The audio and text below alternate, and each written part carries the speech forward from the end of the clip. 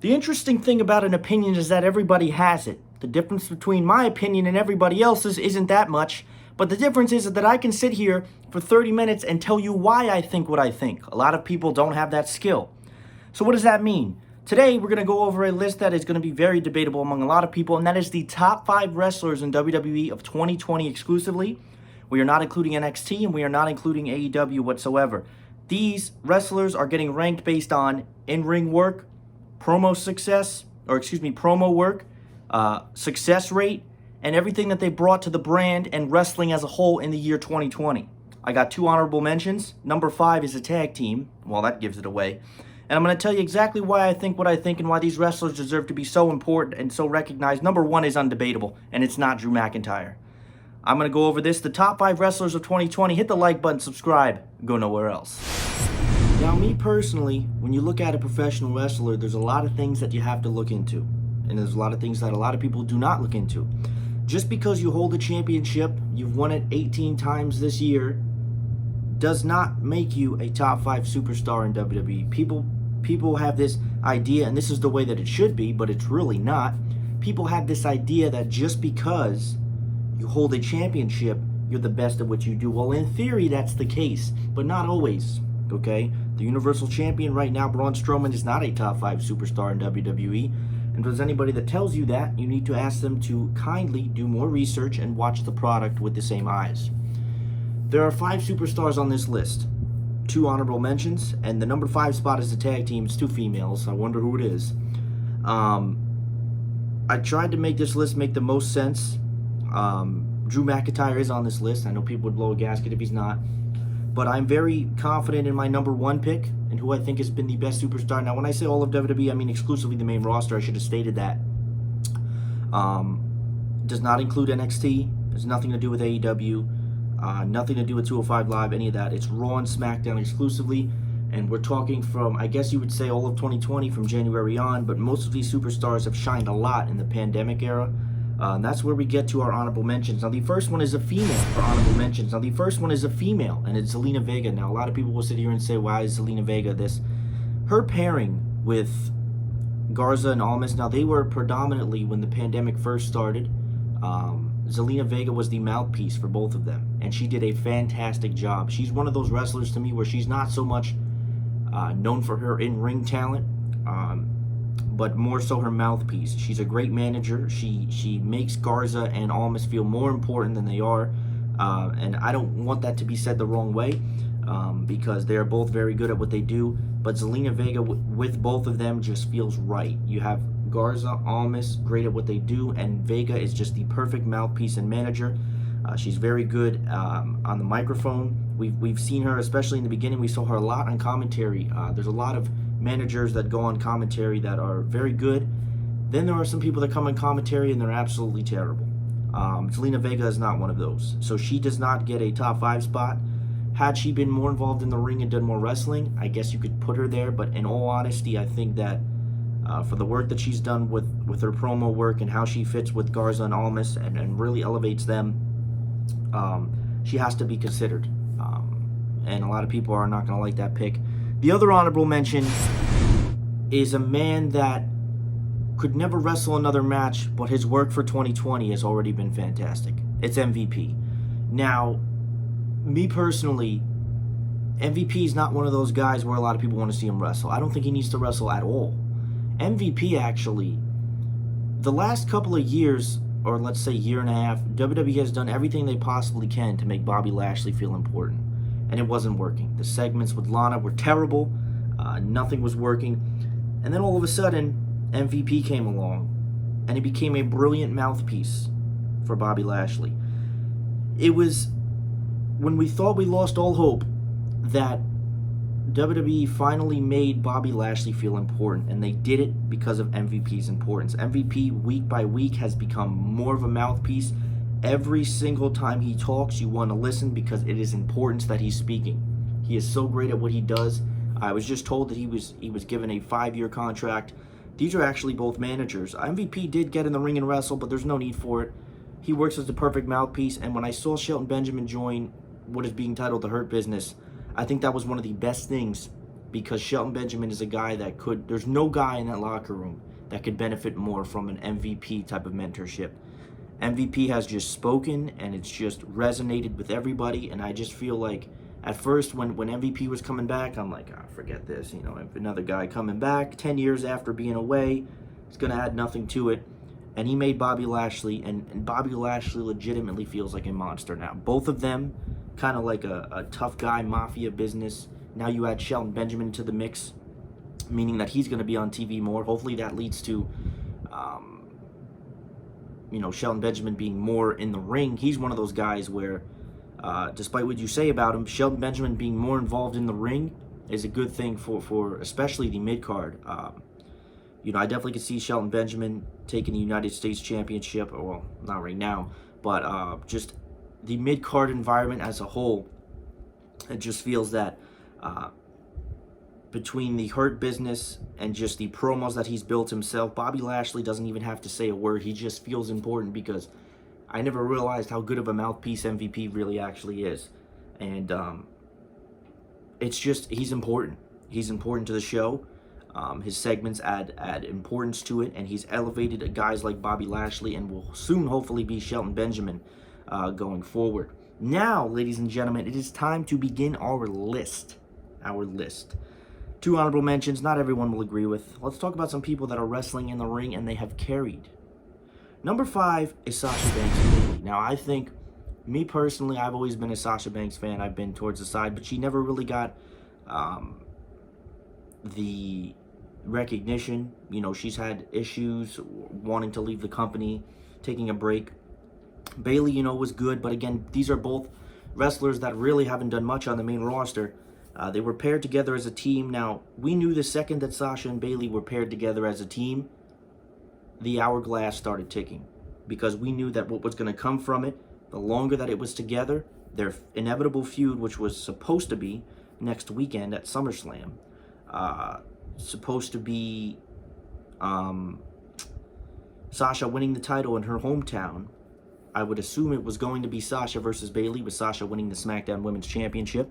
Obviously, they have one of the best women's feuds of all time in wrestling. You won't convince me otherwise. They have not only... the women's tag team championships don't mean much to begin with, but they have made them feel a little bit more important, and they have just... It's like 2 peas in a pod. They literally have all the championships. They've been feuding. They've been great. They work great together. They laugh great together. Their promos are not always on point. They're funny, and they just... Right now, each and every week, Sasha Banks and Bayley have gotten better, and they've become one of the parts of the programming that people legitimately want to see, whether you like them or not. And what's so great about it is that we know what's coming of it. It's the eventual turn that Sasha Banks or Bayley is going to make, and it's going to result in Sasha Banks winning the Women's Championship, which I think a lot of people want. I just need to see them more in a ring, and I need to see the Sasha Banks of old. But in all honesty, they work so great together against each other in the ring. It's just, they're kind of one of those, they've added a little bit more life, particularly in the beginning, to programming that was not...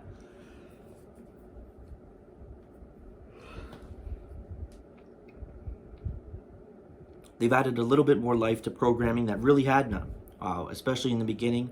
Now, they have the fans now. The fans, I'm being told, work long days, so they're not as interested. But they have added a little bit more substance to a product that is desperately needing some type of it. And they've been doing a phenomenal job as just women in general. Should they be holding all the championships? No. But I can't sit here and tell you that any title looks wrong on either of them. I got to give major props to both of them. And what will hopefully be the feud, which is not going to happen at SummerSlam, but at some point at the end of this year or whenever crowds resume, because that is a moment that you need to save for a crowd. And the longer you have them together, whether they're champions or not, it just makes it more sweet when it happens.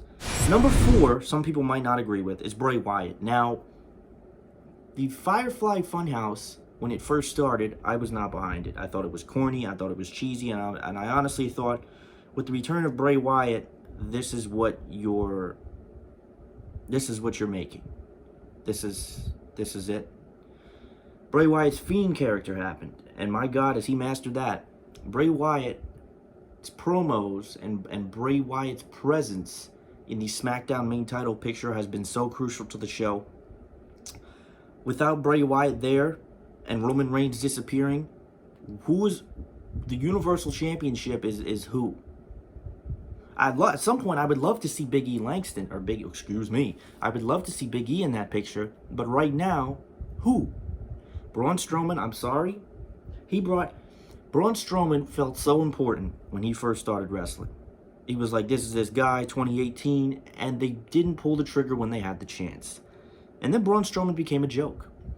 Now, Bray Wyatt is bringing out a side of Braun Strowman that makes him feel more important again. Again, wrestlers can get that spot and get that leverage not only by how good you are, but the good you bring out of your opponent. If you can bring the best out of somebody that hasn't been good in a while, you're that much more special to the show, because that's what it's all about. You don't want one wrestler to be cheered and the other one nobody cares about. You want every person in any way, shape, or form to genuinely care about the characters they're watching.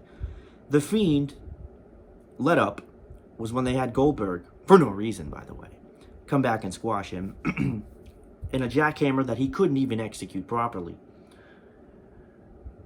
And some people say Bray Wyatt hasn't felt important since. To this day, where WWE stands, Bray Wyatt still should not have lost. The one that really caught me was the feud with John Cena. That was built on very short notice. Their promo for the last show before WrestleMania, in the crowd, the rabbits, all of the characters and Muppets that Bray Wyatt has used, there's really nobody that can play that character better than he could. That's why he's so important, and that's why he's on this list. And when The Fiend does return at SummerSlam and win the Universal Championship, I can't say I'm disappointed, because to be honest, he never should have lost it to begin with. He really shouldn't have. I knew that the eventual plan was probably, well, long term would have been Roman to beat The Fiend, because that's WWE's way of saying, well, this person's great, let's give it a little bit of Roman Reigns. The Firefly Funhouse has been great. It's very corny and childish, but if you really look into it, it's such a difference from the character of The Fiend, where he just flips the switch like that and it's just perfect. The Firefly Funhouse match with John Cena was one of the coolest things of the year at WrestleMania. The time frame going through John Cena's historic career, it wasn't really a wrestling match, and Bray Wyatt going over was obviously going to happen, but it was so cool. So that's where I say that there's room for that. Then the thing with Braun Strowman happens. Now, they've been kind of smart with this in a way. The first match they had at Money in the Bank, Bray Wyatt got annihilated, but it was Bray Wyatt. It was the Firefly Funhouse. Now, the Firefly Funhouse Bray Wyatt is a wrestler, but he's not built as this strength and super powerful and monstrous figure. It's the Bray Wyatt. The second fight was the Swamp Fight, which was really good, and clearly there was no winner for that fight. But if you want to say, I guess you could say it was Bray Wyatt, because Bray Wyatt, and this is where The Fiend returned. This was the first time that they debuted The Fiend in the Braun Strowman feud, was when he came out of the water at the end, and I said that was beautiful. I called it 2 minutes beforehand. I said, this is great. And it's going to result in The Fiend, which has been one of the best characters, winning the Universal Championship off Braun Strowman. And Braun Strowman has cut some promos, and Bray Wyatt's character has brought that out of Braun Strowman.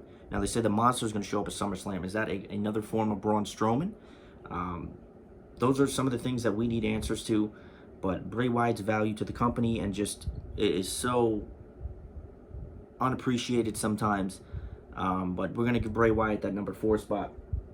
Number 3 has been a wrestler that's been good for many, many years. But there was a period of time where he started to not feel important. And if there's anything that 2020 has done, it has made him feel very important. And that's Seth Rollins. I would say Seth Rollins' importance to me really began when he paired with Murphy and Theory. Now, Theory hasn't been on television, obviously, because of the situation. I don't know what his deal is.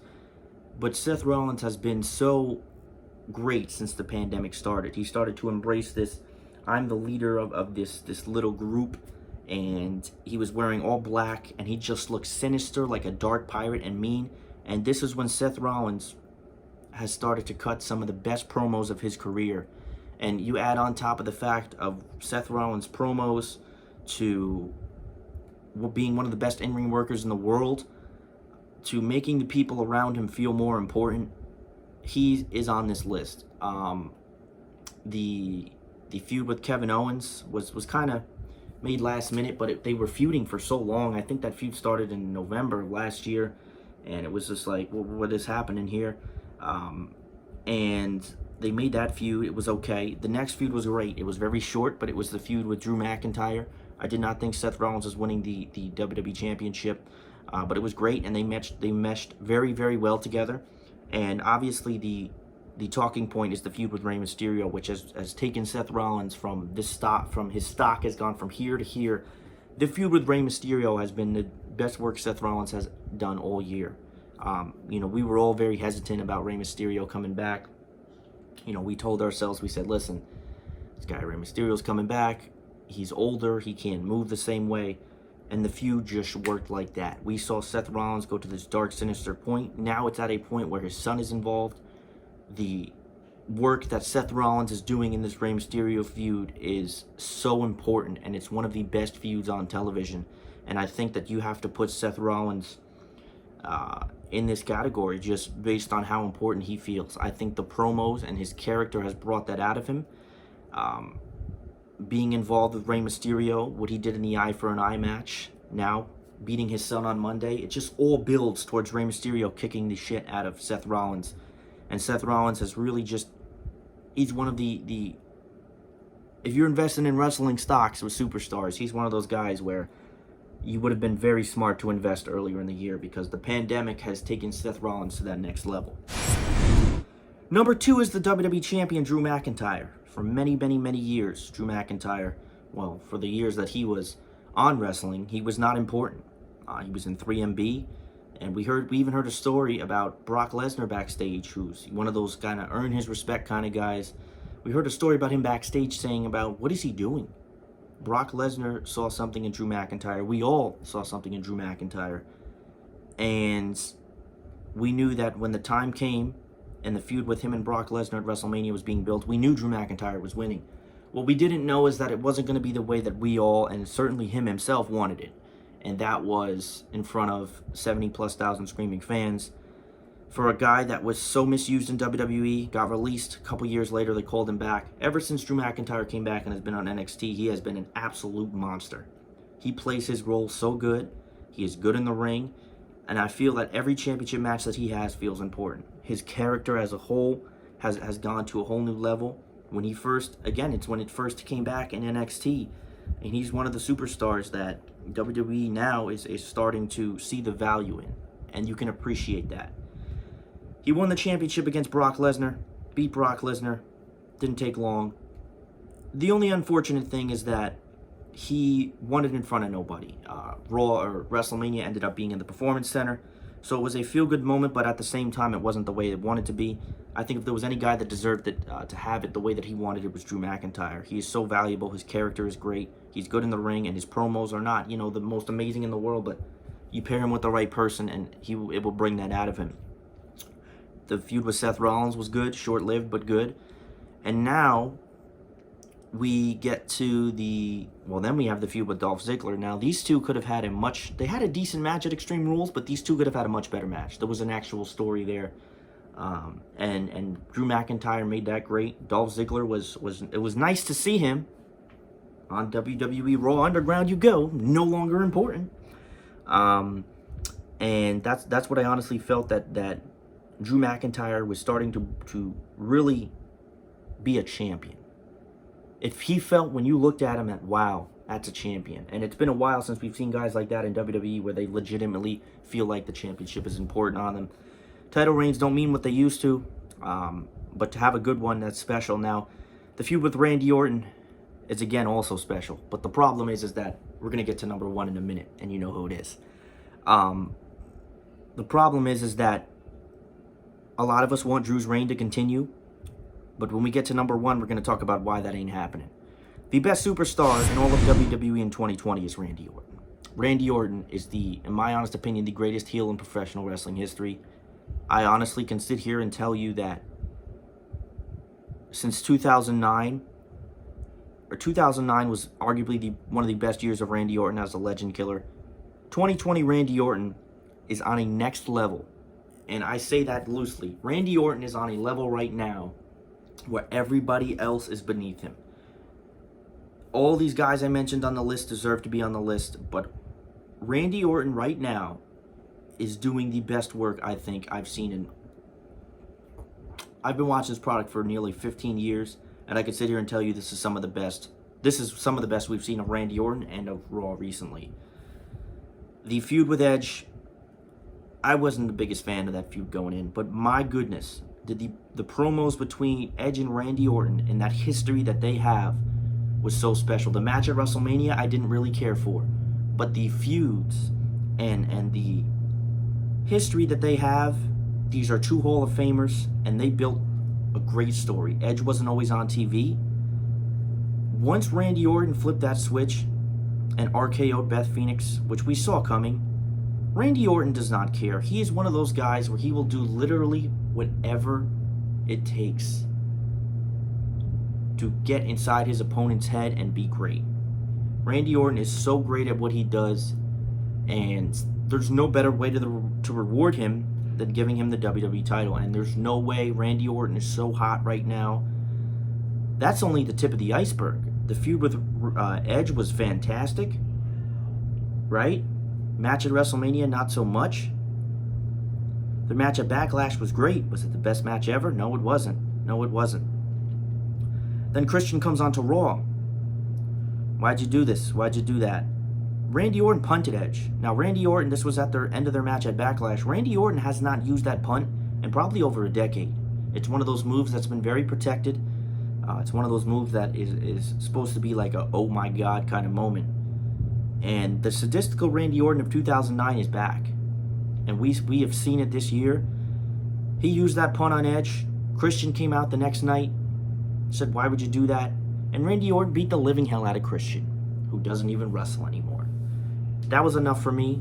There was some feud with the Big Show, for whatever reason. Beat the living hell out of Big Show. Have a nice day. And the icing on the cake was what happened this past week on Raw.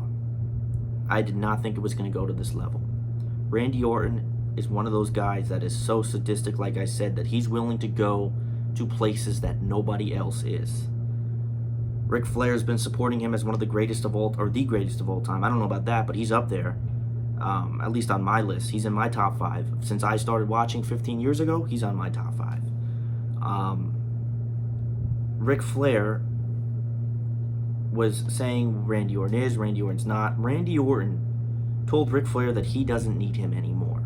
And he didn't just say he doesn't need him. He said he doesn't need him. He went to criticize Ric Flair. He went to criticize, and he said, you're with me because you just want the spotlight. And not only that, because you want me to be the son that you never had. That right there was a jab for so many reasons. Now, for the people that don't understand the meaning behind that, Ric Flair's son, I believe, committed suicide some 10 plus years ago, or maybe not even.